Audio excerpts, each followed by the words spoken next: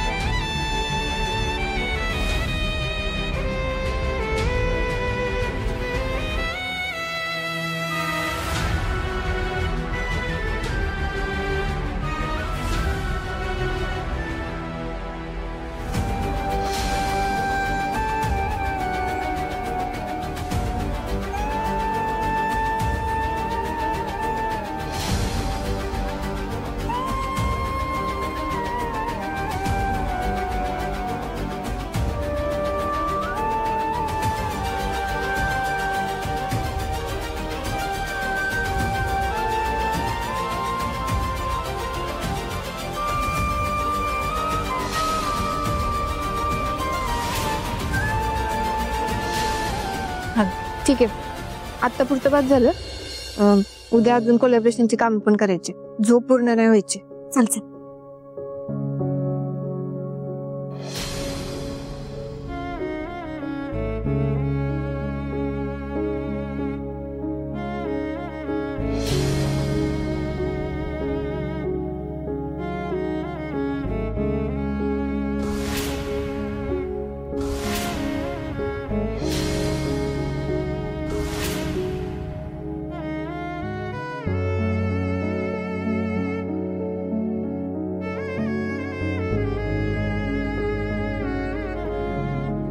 ग्रॅन्डपा, पत्तू, मी घर सोडून चाललोय.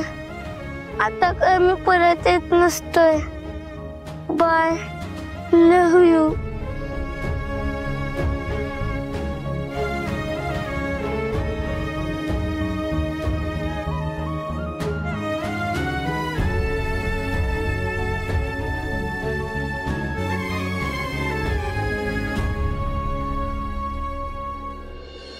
हा, तू लोकेशन पाठव, मी येते लगेच. हा. होय होय, येऊन गेली शिक्षण मंडळाची माणसं.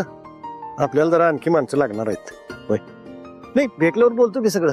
हा ठीक आहे. वंश, अथर्वला उठवा नाहीतर उशीर व्हायचा. अगं पण तो माझ्या रूम मध्ये नाही झोपला. तुमच्या खोलीत नाही झोपलेला? आमच्या खोलीत पण नाही. मला वाटलं तुमच्या जवळ येऊन झोपलाय. भाऊ तुमच्या खोलीत आहे काय? नाही तर माझ्या खोलीत पण झोपलेलं नाही. असं इथंच खेळत असेल, येईल आपल्यामध्ये सोड. हा, विसरलीस मी. सावी वंशांचा बच्चा आहे तो. काय उचापत ऐकल्याशिवाय थोडी ना पास होणार आहे. आता एवढी महत्वाची परीक्षा आहे आणि साहेब खेळायला गेलेत.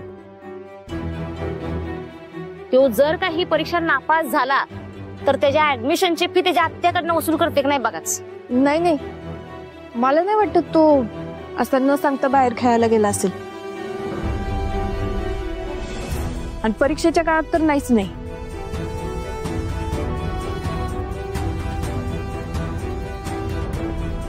मी बाहेर बघून येते. हा मी पण वर बघून आले. माग बघतो. अथर्व अथर्वा अथर्वा अथर्वा अथर्वा अथर्व अथर्वा अथर्व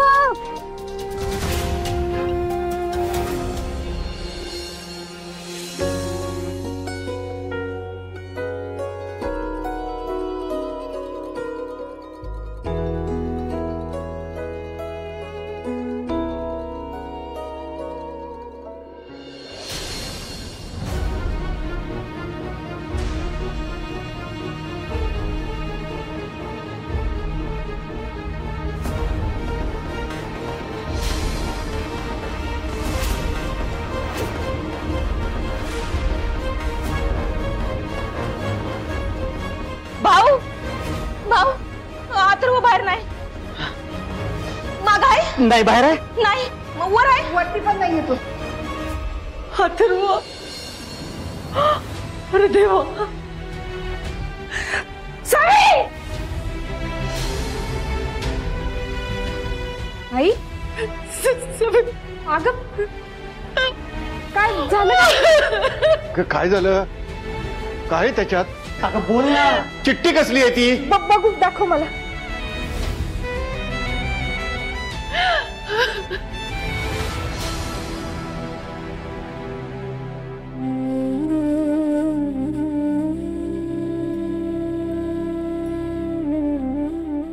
अथर्वची चिठ्ठी आहे. काय? मला एक्झामचं टेन्शन आलंय म्हणून मी कायमचं घर सोडून चाललोय.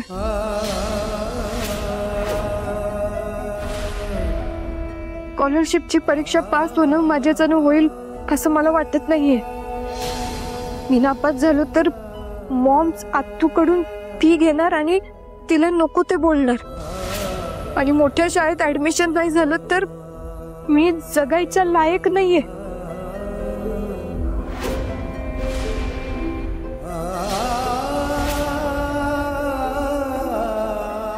तुमच्या सगळ्यांचा अपमान होणार त्यापेक्षा मी घर सोडून जातोय. मॉम्सला वाटतंय मी डीम आहे. फक्त चित्रकला मला चांगली जमते.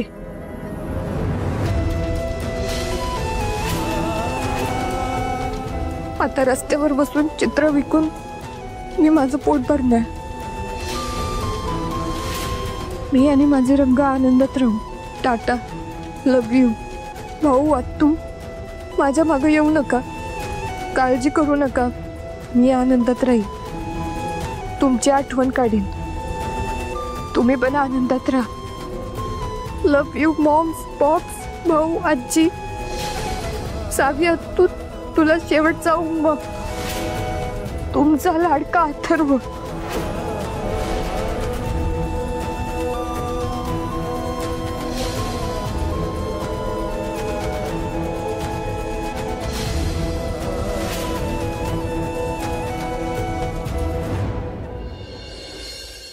विलास कुठे?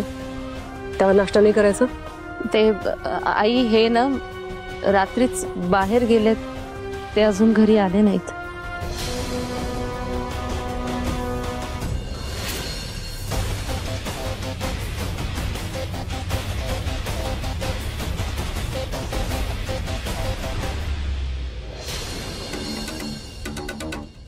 विलास? दादा विलास अरे हे काय? आई अगं काल दादा रागारागानं बाहेर पडला ना. भावनेच्या भरात काही गडबड व्हायला नको ना म्हणून मी सोबत गेलो.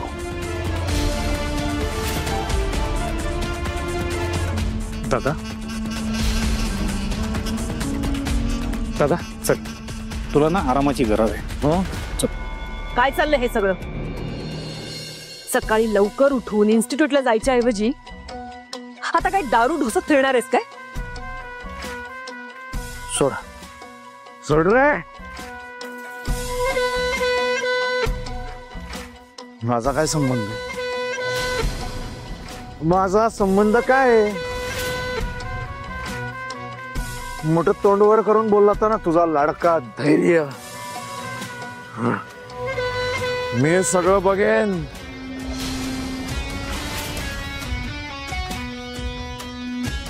बघू दे की मग. मला पण बघायचंय ह्याचं तोंड बघून कोण कोण ऍडमिशन घेतंय ते, आणि मान्यता मिळालेल्या शाळांना परत कोण कोण परवानगी देतंय ते.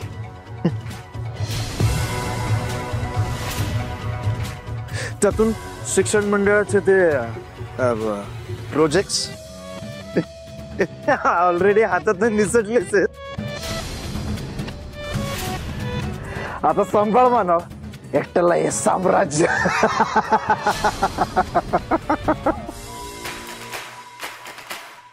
तुझ्यासारखं फक्त नाव नाही सांभाळत बसणार, मुजुमदारांचं एम्पायर मोठं करून दाखवणार. हे असं तुझ्यासारखं इज्जत चवट्यावर आणत तर कधीच फिरणार नाही. घेऊन जा रे याला. एम्पायर ग्रो करणारा आला. बघतो ना एम्पायर ग्रो कोण करते आणि इज्जत चव्हाट्यावर कोण आणतात. तू सोडले सोड. बघतो ना मोठा आहे नाही, इज्जत मिळायला पाहिजे मला.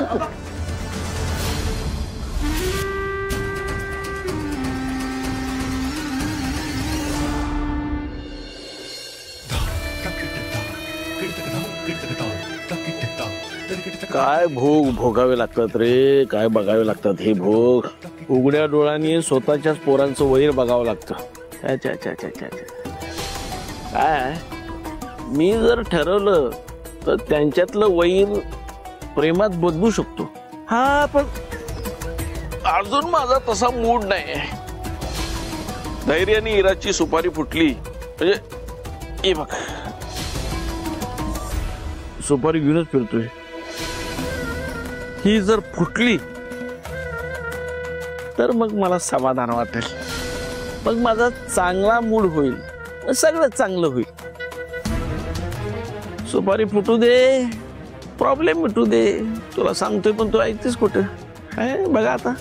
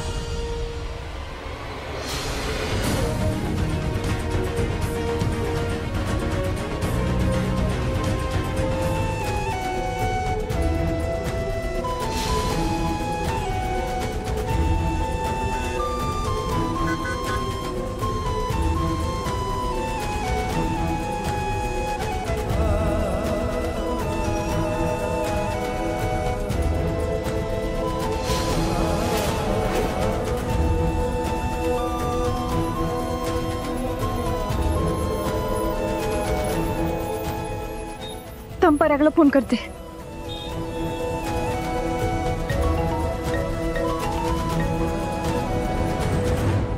हा हा पराग. हा हॅलो. सापडला सर्व?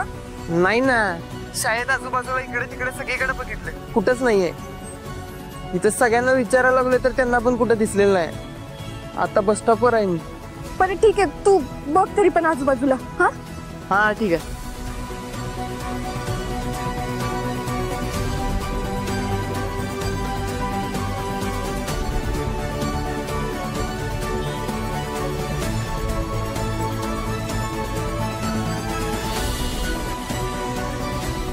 दादा ह्याला बघितलंय कुठं?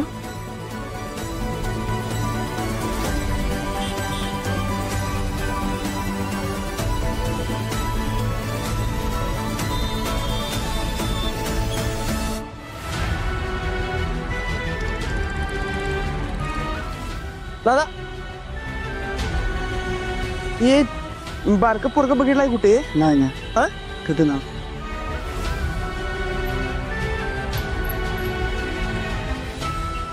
हे बारकं पोरगं बघितलंय कुठे? इथं येताना नाही दिसलं कुठं?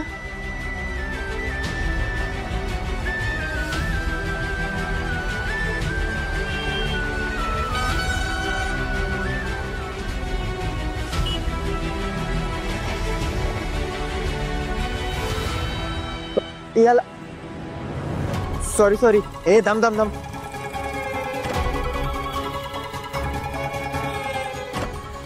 काय रे, काय झालंय? असं रस्त्यावर कोणाला हुडकत फिरायलेस? कुठं काय असंच फिरायला लागलोय. सांग म्हणलं ना.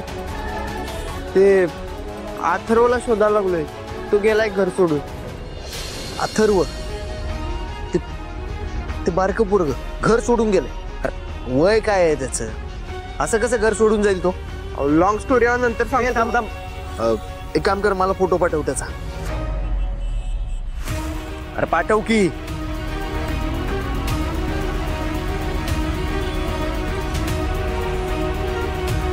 नंबर आणि इकडे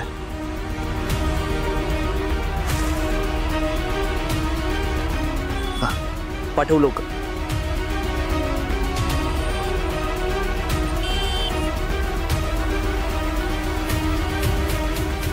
तू व्यवस्थित इकडेच शोध त्याला. मी पण माझ्या परीने शोधतो. काय आता वेळ घालवायला नको. चल कामाला लाग.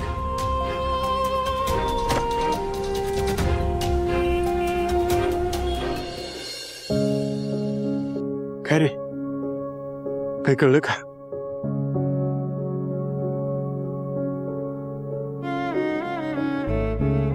कशा आता काळजी दाखवताय तुम्ही?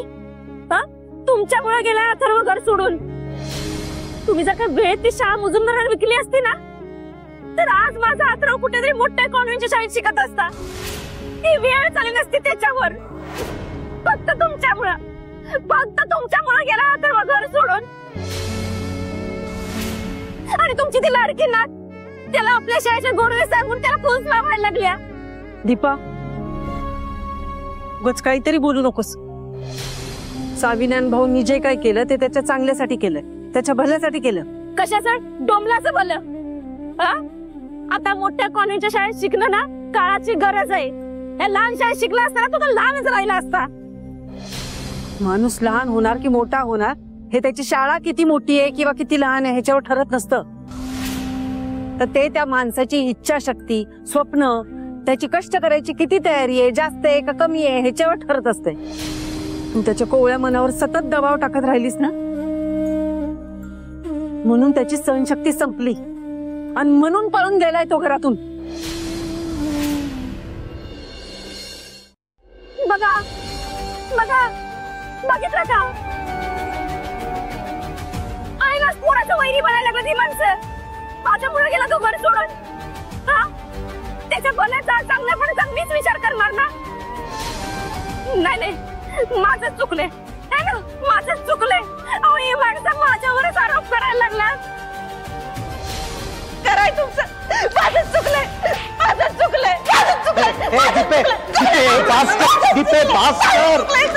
शांत.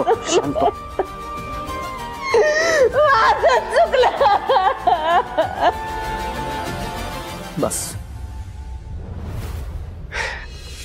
ताई अगं, पोरांच्या फ्युचरचा तरी विचार कर. एकमेकाच्या पायात पाय घालून, एकमेकाच्या डोक्यावर डोके अजून काय मिळणार आहे? काय निष्फळ होणार आहे? काही नाही. फक्त धुरळा आणि धुराळा.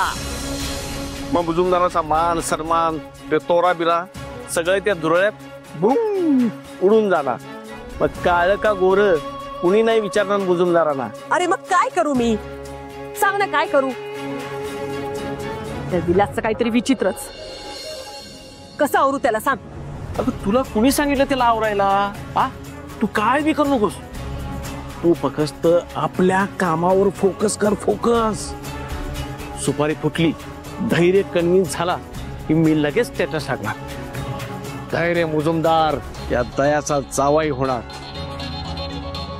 आणि बघ, दुसऱ्या दिवशी स्टेटस गायब व्हायच्या आत तुझ्या पोरांची भांडणं बिड नाहीत. नाही सगळे ते गायब केलेलं असणार या दयानं. तायडे तुला माहितच आहे माझं टॅलेंट, माझी पॉवर. आता हेच बघ की तुझ्या विरोधातले सगळे पुरावे माझ्याकडे आहेत का नाही? आणि ते विलासनं शाळा पडली त्याचे सुद्धा सगळे पुरावे माझ्याकडे आहेत. बरं ते जाऊ दे, तुला हे सगळं माहित आहे याचे सुद्धा सगळे पुरावे माझ्या या खिशात आहेत. असं काहीच नाही जो दया करू शकत नाही. म्हणून म्हणतोय ताईडे, म्हणून म्हणतोय पटकन कॉल कर आणि झटकन धैर्याला इकडे बोलवून घे आणि त्याला आज आत्ता ताबडतोब या क्षणी सगळं सांगून टाक. सगळं सांगून टाक.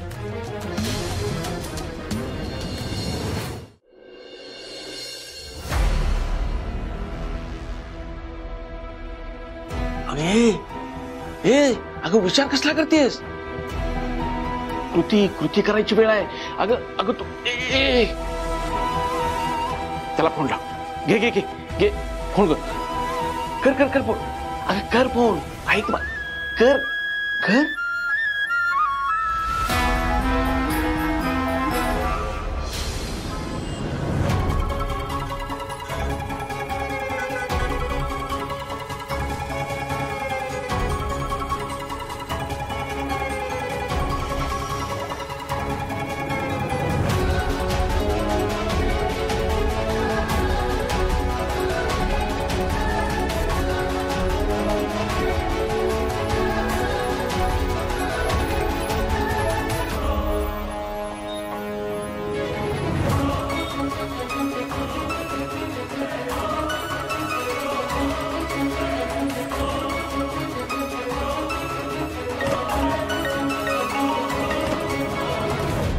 हाय धैर्य, घरी कधी येणार आहेस तू?